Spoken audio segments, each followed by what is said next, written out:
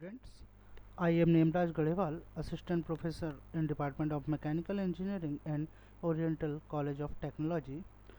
Today we are going to discuss about parallelogram law of forces in engineering mechanics. So this is the statement of parallelogram law of forces. It states that if two forces acting simultaneously on a particle be represented in magnitude and direction by the two adjacent sides of a parallelogram, then their resultant may be represented in magnitude and direction by the diagonal of the parallelogram which passes through their point of intersection. We can understand this statement with the help of a diagram. Let assume this is the force P and this is the force Q. These force P and Q are represented in magnitude and direction by the two adjacent sides of the parallelogram as shown in figure. The angle between two sides of parallelogram is theta.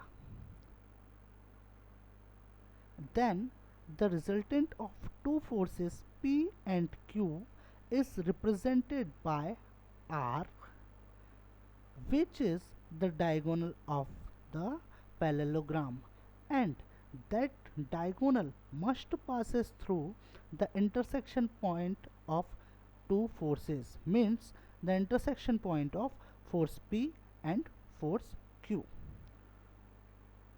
So R is the resultant of force P and Q which are inclined at theta degree angle, and these forces P and Q are the adjacent side of a parallelogram.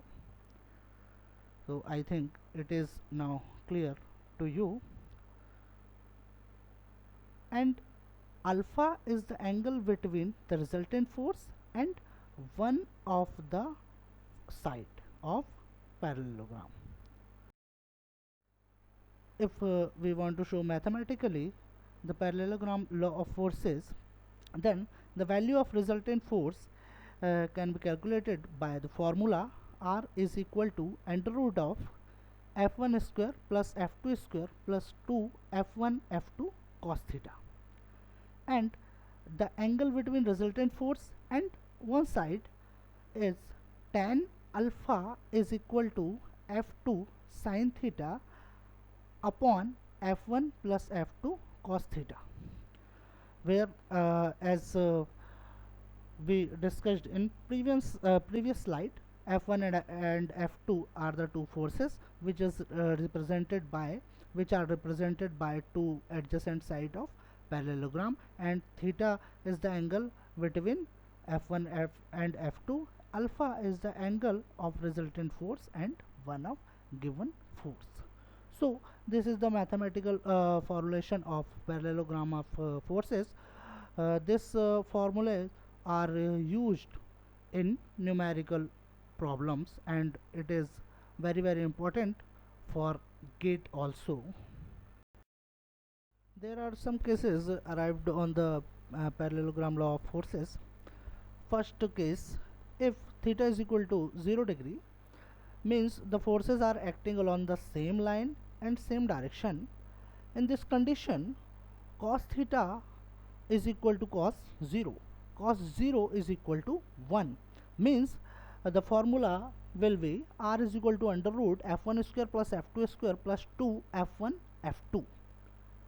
Ultimately it will be R is equal to f1 plus f2, means it is the sum of both forces. Case number 2, if theta is equal to 90 degree, means both forces are perpendicular to each other, means cos 90 degree is equal to 0. Then the mathematical formula of parallelogram will be R is equal to under root of f1 square plus f2 square. After that, we will discuss case number 3. If theta is equal to 180 degree, it means the forces are acting along the same line but in the opposite direction. It is the opposite of case number 1. Means cos 180 degree is equal to minus 1. Then formula will be r is equal to under root f1 square plus f2 square minus 2 f1 f2. Ultimately it will be r is equal to f1 minus f2. So these are some cases, and one more cases in this sequence. This is the case number 4. In this case we are considering f1 is equal to f2, means both the forces are equal to each other.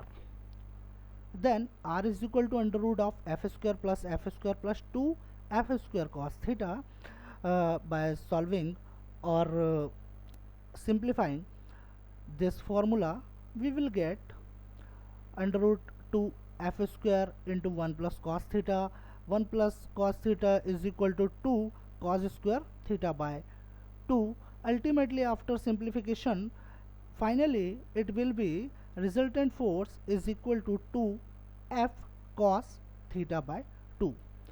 So these conditions or these cases are very important. On the basis of these cases, many numericals arrived in comparative exam and gate also. So these cases are very helpful to you for comparative examinations. Thank you. In next lecture we will discuss resolution of forces. Thank you so much.